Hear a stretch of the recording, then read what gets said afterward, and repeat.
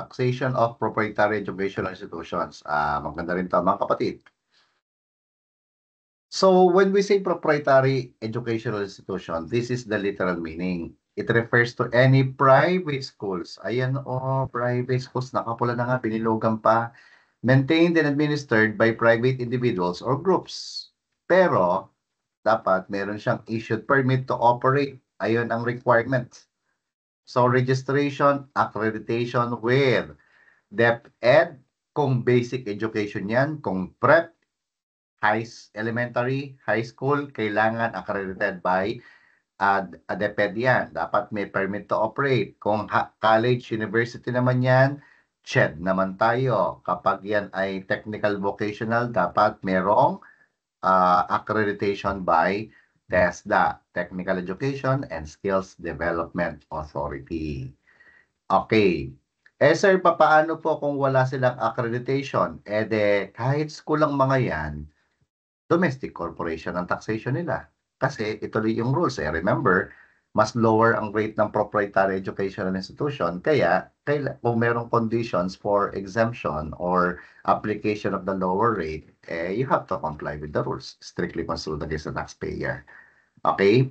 Note, napaka-importante, hindi ito yung mga binabanggit na non-stock, non-profit educational institution sa Constitution. Okay? Kasi ang mga non-stock, non-profit educational institution, exempt ang mga yan sa taxation. Bakit? Kasi non-stock, non-profit nga yan eh.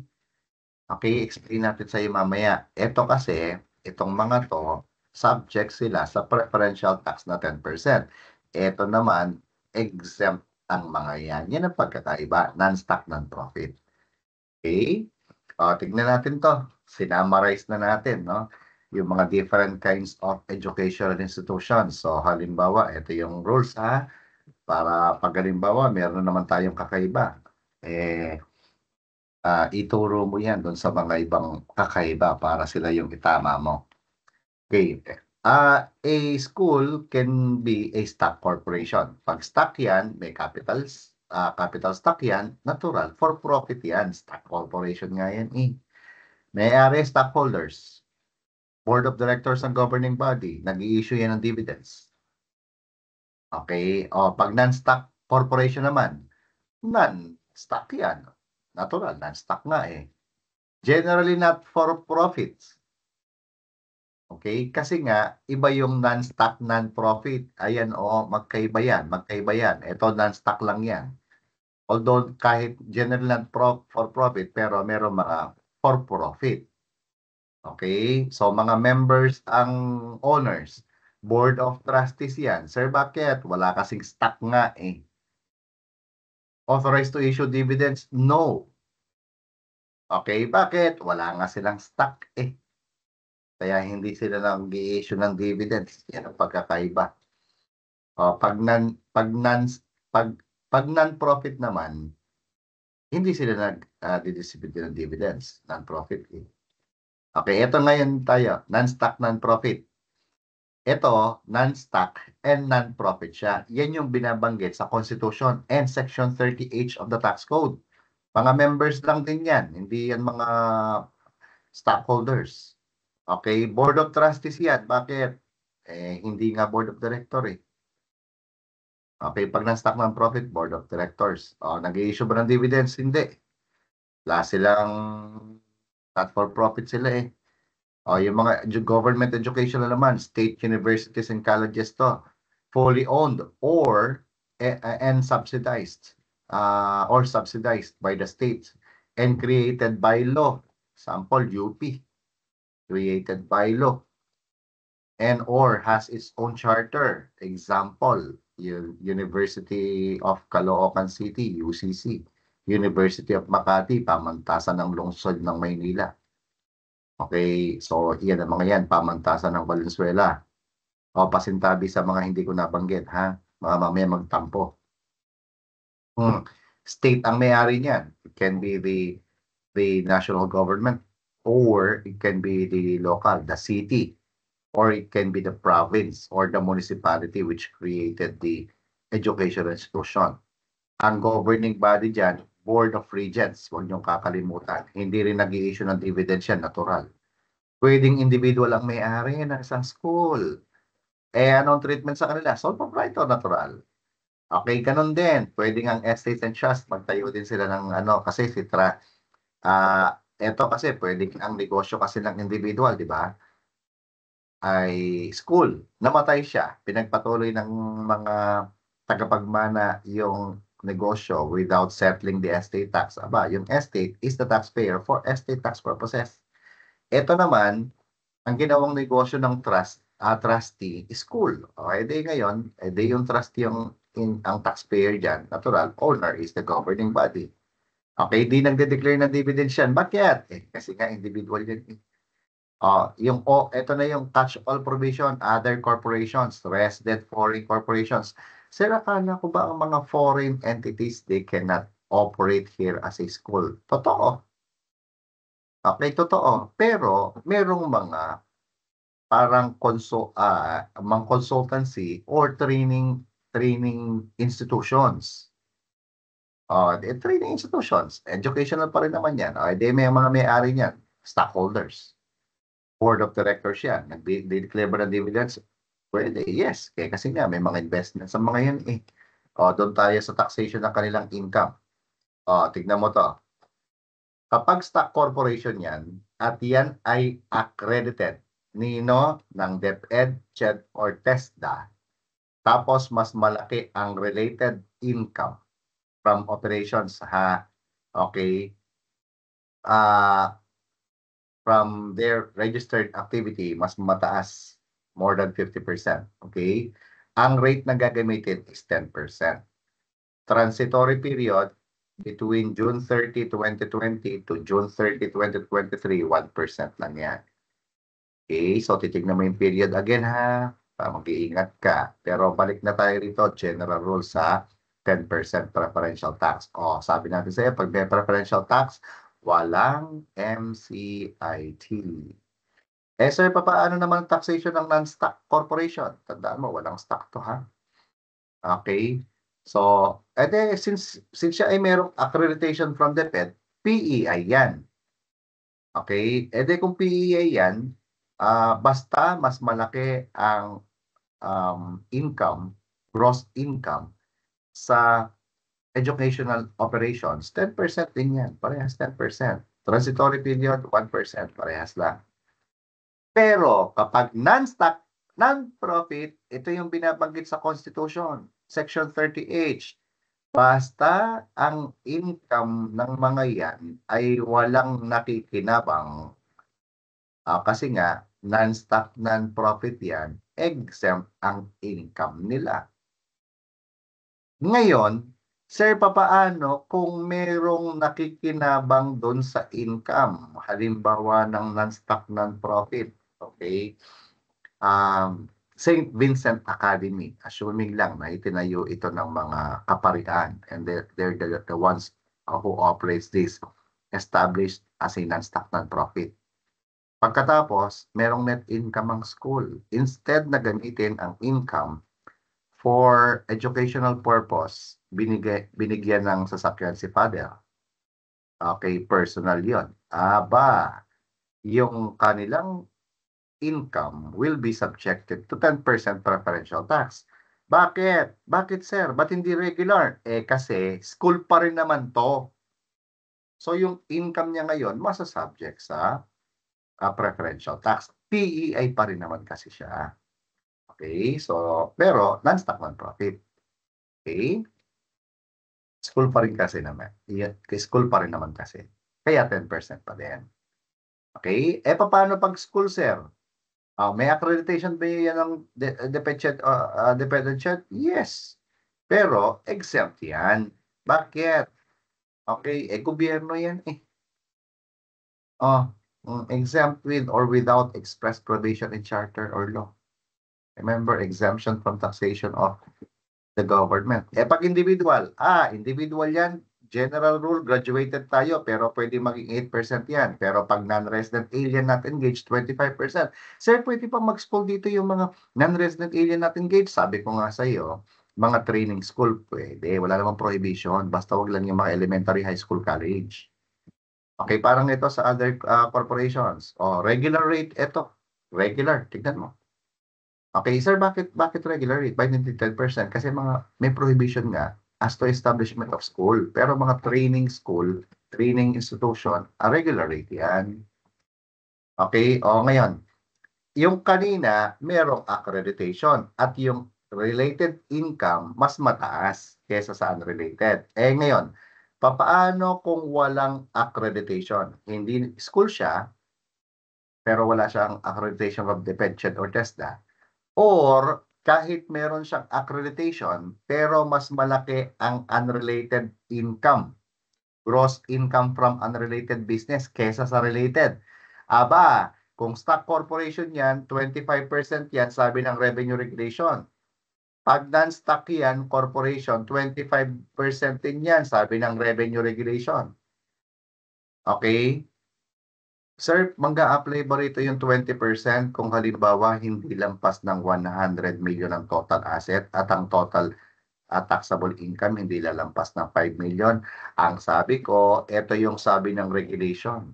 Yung ibang RC, meron akong RC na nakita, no? In-apply ang 20%. So, kasi domestic corporation naman, no? Disputable. Pwedeng tama sila. Okay? Pero ang nakalagay sa revenue regulation, sabi, maliwanag na maliwanag, 25%. Alam ko, lagi kami nako-question dito na bakit hindi natin ina-apply ang 20%? Kasi nga, ayan na nga nilagay na natin ang section, okay, particular provision, and the revenue regulation. So that you can check, okay, whether or not we are following the regulation. Okay, siyempre, BIR, yung nagsabi niyan, kailangan namang mag-interpret tayo ng iba. Okay, so anyway, until na wala pa namang clarification yan. Okay, pag non-stock, non-profit, okay, walang accreditation to. Walang accreditation. Aba, 25%. Okay, 25%. Okay, tapos kung mas malaki ang unrelated income, okay, 25% on the portion of its revenues na hindi ginamit directly and exclusively for educational purposes. O, balikan natin yung example ko sa iyo kanina. Halimbawa, nagpapa-OPA ang isang non-stock, non-profit educational institution. Meron siyang rent income of 10 million. Okay, 10 million. Taxable income na to, ha. So ngayon, supposedly, yung 10 million, kung ginamit for educational purpose, exempted yan. Actually, directly, actually, and exclusively. Actually, directly, and exclusively. Exempt yan. Okay? Pero kung hindi, not educational purpose, not educational. Okay? Halimbawa, yung 1 million binigay kay father. Aba, hindi ginamit for educational purpose. Itong net income na yon is a subject natin sa regular rate. Tandaan mo, kapag subject na sa regular rate, subject na yan sa NCIP also. Okay? Siyempre, school, wala silang problema. Bakit? Exempt naman lahat yan. Tapos, pag individual, same rule applies. Okay, without accreditation, individual yan, pwedeng 8% yan, pwedeng graduated tax. Pag graduated tax, since school ito, di ba may percentage tax, pero yung school, exempt sa percentage yan. Or 8% business income tax. Okay? Pag nag-8%, tandaan mo, wala ng percentage tax. Pag non-resident alien, 25% pa din sila. Okay, school ha, but exempt naman ng mga tuition fees. Okay, dito naman, other corporations yan, regular tax yan. With yun nga merong accreditation, 25%. Mas lalo na kung walang accreditation, 25%. Test lang. Okay, ngayon. Sabi natin, ang hospital, okay, pag non-profit, okay, Pag profit ang hospital, regular tax yan. Pero pag non-profit ang hospital, aba, preferential tax yan. Okay? So, ang hospital pwedeng maging for profit, pwedeng maging non-profit. Pag profit, 25% or 20% yan. Depende sa total asset, sa taxable income. Ito, 10% yan as a rule. So, pag sinabi nating non-profit hospital, it refers to any private hospital, okay? Basta, which are non-profit. For the purpose of these regulations maintained and administered by private individuals or groups, kasi nga private hospital nga to. Okay? Minsan, ang tawag sa kanila, proprietary hospital. Now, pag sinabing non-profit, ano ba ito? It means that walang nakikinabang sa net income or asset ng or okay, ayun, wala kikinabang. Benefit any member or specific person. Yung member, ito yung mga nag-establish ng hospital or specific person. Hindi nga siya yung nakikinabang, pero yung asawa niya, yun ang nakikinabang. Specific person. Yan ang ibig sabihin ng specific person. Okay? With all the net income or assets devoted to the institution's purpose and all its activities not for profit. Okay? Basta wala nakikinabang ng part ng income, non-profit daw siya. Okay? Tapos yung income, kung halimbawa kumita yan, yan ay ginagamit for the accomplishment of the purpose of the hospital. Note, ito malaki kasi, ito lagi kasi usapan to sa practice. The grant of per diem, meaning parang allowance yan, such as transportation allowance in attendance of meetings. Okay, so halimbawa mag-meeting, may pag-gasolina ng 5,000, compensation and or endowments for services rendered. Okay, kasi pag ikaw ay president of this non-profit hospital, you may be you may be in the office. So, ayan, may sweldo. Compensation for service rendered or any other similar emoluments to the board of trustees, officers, employees, or any members of the above mentioned shall not be prohibited. Hinighlight natin to. Kasi baka isipin nyo, pag non-profit, sir, di ba, dapat wala nakikinabang. Paano kung yung officer, ayun nga, nag-meeting ang mga board of mga board members. Okay, kailangan ang presidente, sir, yung doktor, siya yung nagmamanage, meron siyang administration power. Okay, so hindi raw pinagbabawal yan, sabi ng revenue regulation natin. And shall not necessarily be considered as a private inurement. Pag sinabing inurement, ito yung nakikinabang nga. That would negate the status of the institutions as non-profit. So allowed pa din yan. Pero ito yung condition. Provided that such per diems, compensation, or emoluments are subject to proper liquidation or reimbursement procedures and commensurate to the functions and services rendered. Ibig sabihin, lumalabas, kailangan meron tayong documentation. Dapat may reasonable ang bayad. Halimbawa, doktor, Diyos ko, siya nga yung member of the board. Ang binibigay sa kanilang allowance, 1 million every month. Aba, for profit na yan. Hindi na yan non-profit. Okay? Sir, paano namin malalaman pala kung halimbawa non-profit ang hospital? Ay, napakagandang tanong yan. Di ba minsan meron mga nakalagay na Nicanor R. Reyes Medical Foundation. Ay, yun pala yun. Yung mga hospital na nakalagay foundation, oo, non-profit yan. Okay, in such a case, the same shall be considered as legitimate and reasonable expenses incurred in furtherance of the duties and responsibilities of the trustees. Okay, minsan ang mga trustees wala silang bayad talaga. Pero syempre, yung mga empleyado may bayad. Dahil kung wala silang bayad, ba sila papasok dyan? Kaya binabayaran ng mga yan. Okay, members or any persons. Okay, halimbawa yung mga staff and all. Okay? Okay, meron silang halimbawa yung any persons, no? Meron silang medical mission. Kailangan ng security ng mga barangay, et cetera, mga taga-buhat. Okay, kasama dyan yung mga any persons. And ultimately, the objectives of the organization. The reasonableness of expense, well, basically, subject to their determination. Okay? Now, itong mga PEI, Proprietary Educational Institution, na accredited ng DepEd or TESDA, or yung mga non-profit school, pwede silang magkaroon ng income not from education or hospital operations. Kaya nga, ipinanganak itong unrelated trade, business, or other activity of PEI and non-profit hospital. Basta tatandaan mo, non-profit hospital ang binabanggit natin dito. It means any trade, business, or other activity, the conduct which is not substantially related to school or hospital. Okay, kasi yun ang primary purpose nila eh.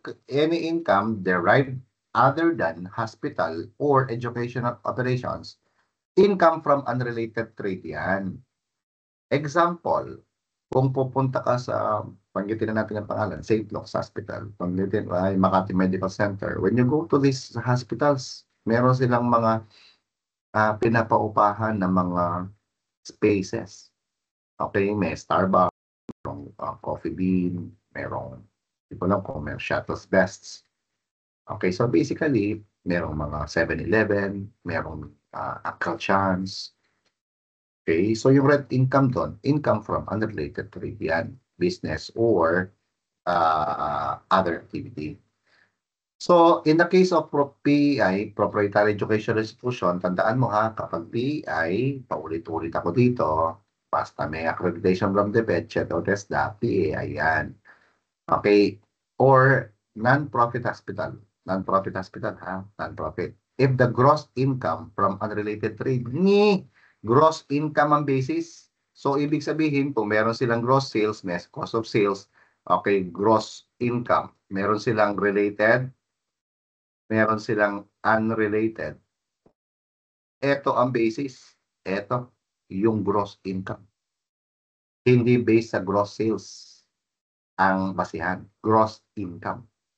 Okay, in the case of PI or hospital, non-profit, if the gross income from unrelated trade, ito yan, ito yan.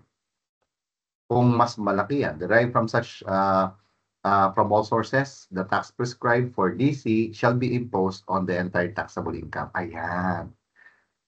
Tignan mo to. The tax prescribed for DC. Ibig sabihin ba sir niyan? Pwede ang 25 at saka 20%. Kasi ito yung binanggit. Kaya nga nakaano yan, underline yan eh. The tax prescribed for DC shall be imposed on the entire taxable income. So, ibig sabihin, kapag mas mataas ito, 25% na lahat yan. Pero ang sabi ko nga sa iyo, kahit binanggit na tax prescribed for domestic corporation shall be imposed on the entire taxable income, 25% ang sinasabi ng Section 4 Revenue Regulation. Ano nga yan? 3/2022. Ayan. Okay? Kaya 25% pa rin kami. Okay, punta tayo sa example, transitory provision 2023. So, PRTC colleges, okay, tignan mo, a proprietary educational institution, meron siyang gross income 200 million. Ako makita siguro na Sir Rayto, no? Sana all siguro sasabihin niya or magbibigay siguro yan, 1 million. Okay, has gross income of 200 million, all of which are from related activities with allowable deductions of 160 million for the calendar year 2023. The income tax due is computed by, paano? Gross receipts, gross receipts or gross sales. Okay, gross receipts or gross sales na yan. 200 million minus 160, taxable income. Okay. Sorry, gross income na pala to. Gross income pala yung nilagay natin. Ayan na, gross income. So, gross income yan. Gross income. So, gross income to. Gross income, 200 million. Merong deduction na 160. Taxable income, 40 million. Okay. So, since 2023 to, tignan mo, yung 40 million divided by 12 yan. para mo makuha ang monthly. Since naka-6 na buwan, 1% lang ang rate in 2023 until June 30, 200,000 yan. Yung 6 months naman, beginning July 1 to December 31, 10% na yan. So, yan nga. Ang total income tax due is 2.2 million. Din yan ang application ng transitory period. Okay, bakit natin pinag-usapan transitory period? Well, ano kasi, ang tawag nito?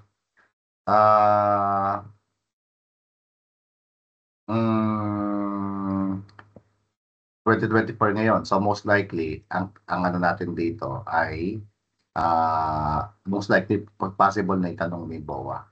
Kasi 2024 ngayon. So, yung last year ang taxation. Okay, kung fiscal year naman, assuming PRTC colleges adopted fiscal year ending September 30. Okay, tignan mo ha, September 30 ang kanilang period. September 30. Tandaan mo ang transitory period. Okay, gross income ito. Gross income 200, 160, 40 million. Okay, so taxable income 40 million. Between this period, October 1 to June 30, 2023, okay, so yung 9 months na yan, 40 million divided by 12 times 9 months, 1% ang rate niyan. Okay, so tapos, sorry, ano yan? Wait. Yeah, October 1 to June 30, 9 months yan, 1%. Ito yung ending niya, ending kasi yan eh. So, July 1 to September 30, okay, 3-month period yan, 10% ang transitory period. Ito yung total income tax due na babayaran natin. Okay? So, another illustration, okay? Kung halimbawa, merong school, tignan mo lang to. Dito na lang tayo sa summary. So, kapag ang question is about school, PEI or